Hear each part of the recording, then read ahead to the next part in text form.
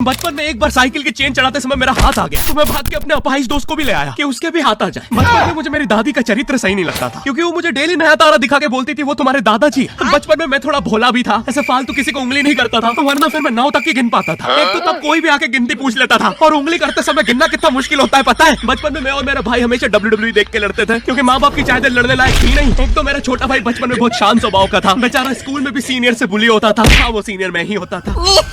एक बार मुझसे बोलता भैया डॉक्टर बनना मेरा सपना है, तो मैंने उसे नीट की बुक्स ला दी, तो अब वो उसका पूरा सपना बन गया। अब वो डॉक्टर गेम में भी बीमारी बनता है, और बवासीर पीछे होती है। चिंटू बुक्स नहीं पढ़ रहा है तू? एक बार बेचारा बिस्तर पे गिर के रोने लग गया, तो सब बोलने लग गए कुछ नहीं हुआ, चींटी मर गई, चींटी मर गई। मैं यहाँ सोच रहा हूँ फिर अभी तक हम चींटियों वाले बिस्तर पे क्यों सो रहे थे? घर में सबके पीठ पे गदौड़े हो रखे हैं। हाँ, ये नहीं गिरता तो हमें तो पता ही नहीं चलता बिस्तर पे चींटियां हैं। हम तो सोए जा रहे हैं चींटियों वाले बिस्तर पे। और स्कूल में जब भी ये छोटे भाई पैड में हक देते हैं, तो बड़े भाई को क्यों बुलाया जाता है? पता है कितनी घनघोर बेइज्जती होती है पूरी क्लास के सामने, और बुलाते भी इतने सस्पेंस है, वो देख के बड़े भाई का हक ना निकल जाता है। जैसे 2 छोटे बच्चे स्लो मोशन में भाग के आ रहे हैं, अब उनकी नॉर्मल स्पीड।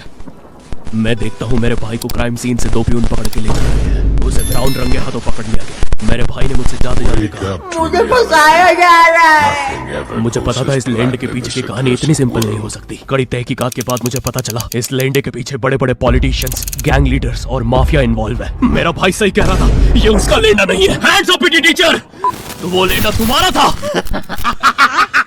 तो तुम्हें पता चल ही गया, तुम मुझे कभी नहीं पकड़ सकते। रुको, भाग गया। जाने दो उसे बेटा, हमने पीटी टीचर के बड़े भाई को बुला लिया है वो लेंडा उठाने। और लो बन गया। नॉट योर टाइप, आपके नट अरे अभी भी लेंडा लगा हुआ है। बचपन में बोले जाते थे कि तुम जितने दांत तकिए के नीचे रखोगे तुम्हें उतने ही रुपये मिलेंगे। तो मैंने दादी की 32 रख दी, तो मुझे 32 रुपए मिले। वो 32 7,000 की थी। जो पिटा हूं मैं घर पे, वाली स्कैमर दांत वाली परी चांदी का दांत ले जाके 1 रुपया देती है। दांतों से याद है बचपन में सब सूखा बॉर्नविटा खाते हैं, क्योंकि दांत दूध के होते हैं। ठीक है, ये वाला जो हटा दूंगा। बचपन में मुझे चुड़ैलों से बहुत डर लगता था। एक बार मुझे चुड़ैल के पैर के निशान दिखे, तो मैं उल्टा भागा, पर फिर मैं चुड़ैल के ही घर में आ गया। हाँ, मैं फटी में भूल गया था उसके पैर उल्टे होते हैं, तो फिर मैंने सोचा इसका पीछे से सर फोड़ देता हूँ। सर फोड़ने गया तो वो उसका मुंह निकला। फिर से भूल गया कि खाली चुड़ैलों के बाल भी मुंह पे होते हैं। आदमी को पता चले तो चले कैसे? जब मैं छोटा था नींद में बिस्तर भी बहुत गीला करता था। मेरी मम्मी हमेशा गुस्सा करती थी कि सोने से पहले सुसु किया कर। अब उन्हें कैसे बताऊं, फिर गीले बिस्तर में मुझे नींद नहीं आती। बचपन में मुझे गुस्सा भी बहुत आता था, तो मेरी मम्मी ने मुझे एक रेड स्टोन की अंगूठी पहना दी, और सरप्राइजिंगली उससे मेरा गुस्सा इतनी जल्दी उतरने लग गया, क्योंकि अब मैं जब अंगूठी पहन के लोगों को पीटता था तो गुस्सा इतनी जल्दी शांत होता था। वैसे ये अंगूठी मुझे एक बाबा जी के आश्रम से मिली थी। जब मैं वो आश्रम में गया था, वहाँ एक बहुत ही हॉट सी बंदी मुझे देख के बार बार स्माइल करे जा रही थी, तो मैंने भी मौके पे चौका मारा और जल्दी से अपना नंबर पेपर पे लिख के उसकी तरफ फेंक दिया। वो बंदी ने भी बड़े प्यार से मेरा नंबर उठाया और खा लिया। भाई उसको भूत लगे, वो तब से सबको स्माइल दे रही है। हम भी सुबह से नंबर फेंक रहे हैं, अभी तक 2 किलो पेपर खा गई है। बचपन में मेरी मम्मी हमेशा बोलती रहती थी कि बाहर जाके खेलो। अब बाहर मेरे मोहल्ले के बच्चे भाई वो ऐसे अजीब अजीब से गेम्स खेलते थे। कहीं ड्रैगन फ्लाई में रस्सी बांध के उसको पेट बना लिया है, कहीं नंगे भाग रहे टायर के पीछे लकड़ी मारते मारते। मेरी मम्मी को उन पे दया आ रही है कि बेचारे गरीब बच्चे किसी भी चीज से खेल लेते हैं। फिर हमारी कार पलटा।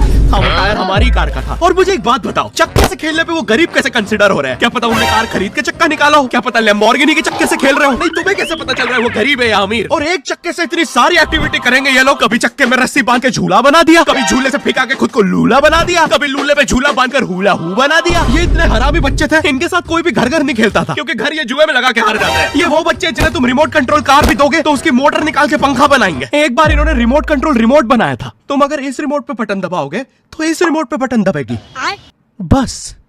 ये लोग मकर संक्रांति के दिन पतंग भी लूटते थे दुकानों से। पतंग से याद है मैं बचपन में अपने दोस्त जनक के साथ बहुत पतंग उड़ाता था। जनक गुजराती था, और गुजराती लोग तो बहुत बड़े पतंगबाज होते हैं। वो लोग गला काटने के बाद भी काय पोछे चिल्लाते हैं। जनक मेरे घर पे इतना बड़ा गिर्रा लेके आता था पतंग उड़ाने, उसमें पता नहीं कितने 1000 किलोमीटर का मांझा लपटा होता था। हम दोनों का सपना था उस गिर्रे की पूरी ढील देना। एक बार तो गिर्रा खाली होने ही वाला था, पर वो पतंग आ तो घूम के हमारे पीछे से आ गई। हमने हमारी पतंग काट दी। तो इस बार हमने सोचा पतंग पूरी परपेंडिकुलर उड़ाएंगे, स्ट्रेट। हमने 2 घंटे ढील दी, वो मांझे में वेव सिग्नल आने लग गए प्राचीन भाषा में। हमें लगा हमने एलियंस ढूंढ लिया, बट फिर धीरे से वो सिग्नल क्लियर हुआ। हमें पता चला हमने कोई नासा का 100 मिलियन का टेलीस्कोप काट दिया। पतंग नीचे ले, टेलीस्कोप काट दिया।